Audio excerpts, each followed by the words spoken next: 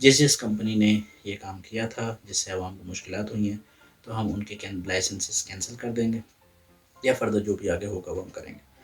اچھا جناب، دوسری خبر آپ کو دے دیں۔ دوسری خبر ہے سعودی عربیہ کے حساب سے۔ آپ کو یاد ہوگا کہ سعودی عرب نے $3 بلین یعنی $3 ارب پاکستان کو دیا تھا۔ ایک قسم کا وہ ادھار تھا، قرضہ تھا، جس پہ کہ وہ 2.5%، 3% انٹرسٹ بھی لے رہے تھے، سود بھی لے رہے تھے وہ لوگ۔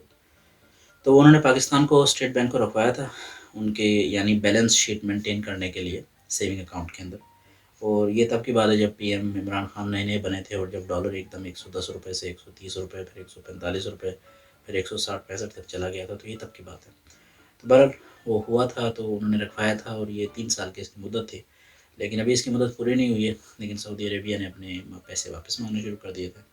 تو پاکستان نے 1 بلین یعنی 1 ارب جو ہے وہ دے دیا تھا 6 مہینے پہلے، اور 1 ارب ابھی ریسنٹلی ادا کر دیا گیا ہے، اور تیسرا ارب جو ان کا ہے وہ بھی انشاءاللہ جنوری فیبروری تک دے دیا جائے گا انہیں۔ اس کے لیے چائنا سے پاکستان نے ہیلپ لی ہے، اور چائنا نے پاکستان کو جو پیسہ انہوں نے بھی ادھار ہی رکھوایا ہے، لیکن انہوں نے سعودی عرب کے مقابلے میں کم ریٹ کے اوپر رکھوایا ہے۔ یعنی مثال کے طور پہ اگر سعودی عرب کو آپ کو 3 ارب کے پیچھے جو ہے وہ 10 لاکھ روپے دینے ہوتے تھے مہینے کے مثال کے طور پہ، تو چائنا کو آپ کو 5 لاکھ دینے ہوں گے، پیسے بھی کم دینے ہوں گے، پلس یہ ہے کہ اس نے دوست ہونے کا ثبوت دیتے ہوئے آپ کو مشکل وقت سے نکالا اور آپ کو پیسے دیے تاکہ آپ اپنا ادھار واپس کر سکیں۔ تو پہلے تو خیر بڑے اچھے حالات تھے پاکستان اور سعودی کے، آپ سب جانتے ہیں، لیکن پھر بیچ میں کچھ حالات ایسے ہو گئے جس میں کہ کچھ بیان بازیاں ہوئیں، پولیٹیکل ہمارے لیڈرز ہیں ان کی طرف سے، پھر کشمیر کے معاملے میں سعودی عرب جو ہے اس نے خاموشی رکھی، ان کے اپنے بھارت مسائل تھے، معاملات تھے انڈیا کے ساتھ۔ اس کے بعد پھر اسرائیل والا معاملہ آیا جس میں کہ پریشر دیا گیا کہ بھئی آپ جو ہے وہ اس کو ایکسیپٹ کریں، جو کہ عمران خان اور ہماری جو ملٹری اسٹیبلشمنٹ ہے انہوں نے دو ٹوک کہہ دیا کہ بھئی یہ ہمارے لیے پاسبل نہیں ہے کرنا۔ تو یہ کچھ چیزیں تھیں جن کی وجہ سے تلخیاں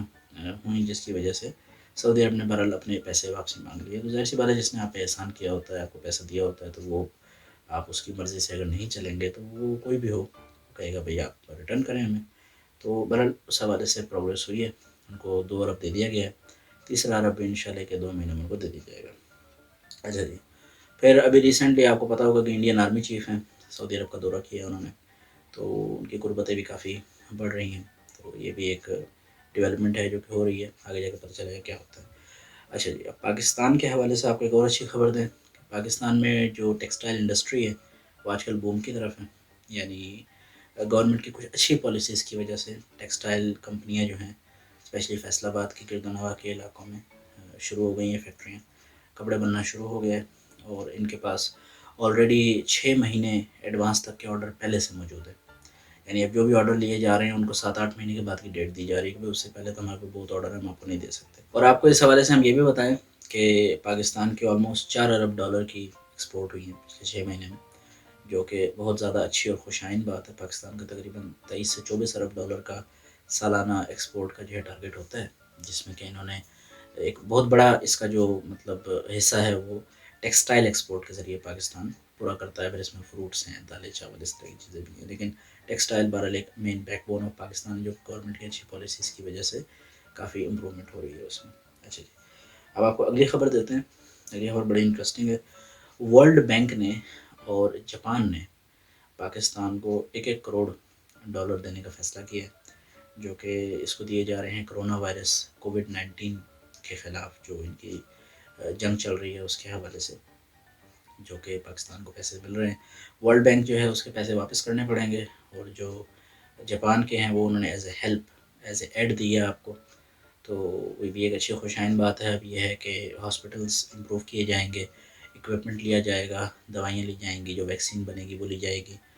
نارمل پاکستانیوں کے لیے، تو یہ بھی ایک بڑی خوشائن بات ہے۔ تو یہ کچھ اچھی چیزیں بھی ہو رہی ہیں، جہاں کو بری چیزیں ہیں تو کچھ اچھی چیزیں بھی ساتھ ساتھ چل رہی ہیں۔ اچھا جی، اینڈ پہ آپ کو ایک انٹرسٹنگ خبر دیتے ہیں کہ سعودی عرب جو ہے اس نے پیسے تو واپسی مانگ لیے اپنے، پیسے تو اسے مل جائیں گے، لیکن اس کے بعد سعودی عرب نے یہ خواہش شو کی ہے کہ ہم پاکستان کے ساتھ اپنے ریلیشنس بہرحال اچھے چاہتے ہیں اور امپروو چاہتے ہیں۔ یعنی مطلب یوں سمجھیں کہ جسے کہہ لیں کہ ناراض بھی کر دیا اور پھر بعد میں منا بھی لیا، پیسے بھی مانگ لیے، لیکن بعد میں اب انہیں اس بات کا احساس ہوا کہ بھئی پاکستان بہرحال ایک سعودی عرب کا بڑا امپورٹنٹ الائے ہے اور اتنے عرصے سے رہا ہے،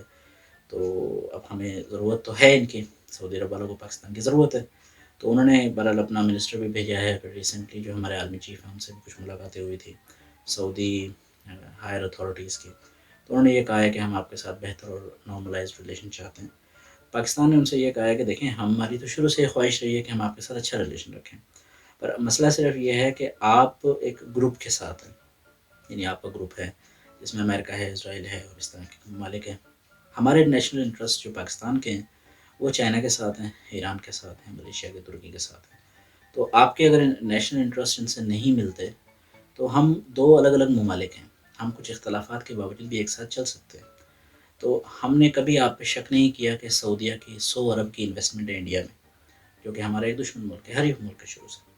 ہم نے کبھی آپ سے یہ نہیں کہا کہ بھئی آپ اس ملک میں انویسٹمنٹ کیوں کر رہے ہیں یا آپ وہاں سے اپنا پیسہ نکالیں۔ تو جب ہم نے آپ پہ کسی قسم کی کوئی شرطیں نہیں لگائیں اور ہم آپ کے ساتھ چل رہے ہیں ایز اے بردر کنٹری، یہ جانتے ہوئے بھی کہ آپ ہمارے حریف ملک کے ساتھ بزنس بھی کر رہے ہیں، انویسٹمنٹ بھی کر رہے ہیں، تو آپ بھی پھر ہم پہ یہ حق نہیں رکھتے کہ آپ ہمیں یہ بتائیں کہ آپ نے کس سے تعلق رکھنا ہے، کس سے نہیں۔ اگر ہمارے انٹرسٹ میں ایران سے تعلق بہتر کرنا ہے ہم کریں گے، اگر ہمارے انٹرسٹ میں چائنا سے یا ملیشیا سے، ترکی سے تعلق بہتر کرنا ہے تو ہم کریں گے۔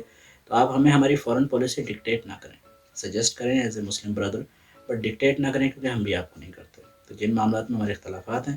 ہم ان کو سائڈ پہ رکھتے ہیں، اور جو ہمارے میوچل ہیں اس میں ایک دوسرے کے ساتھ اچھے طریقے سے چلتے ہیں، ایسے ہی معاملات چلا کرتے ہیں، اور سیاسیات میں ایسا ہی ہوتا ہے۔ تو یہ ہیں جناب کچھ اپڈیٹس میں ہم آپ کو دینا چاہ رہے تھے، بہت ضروری تھی۔ امید ہے آپ کو ویڈیو اچھی لگی ہوگی۔ اگر آپ کو ویڈیو اچھی لگی ہو تو ہمارے چینل کو سبسکرائب کریں، لائک کریں، شیئر کریں، اپنے فرینڈس کے ساتھ شیئر کریں، اور ہمیں کامنٹس میں اپنی رائے سے ضرور آگاہ کریں، کیونکہ ہم ہمیشہ امپرومنٹ کی طرف جانا چاہتے ہیں، امپروو کرنا چاہتے ہیں، اور کہیں بھی ہمیں لگتا ہے کہ ہم امپروو کر سکتے ہیں تو ہم آپ کے سجیشنس کے ساتھ اس کو کرتے ہیں۔ اپنا بہت خیال رکھیے، اپنے اس چینل کا خیال رکھیے۔ پاکستان زندہ باد۔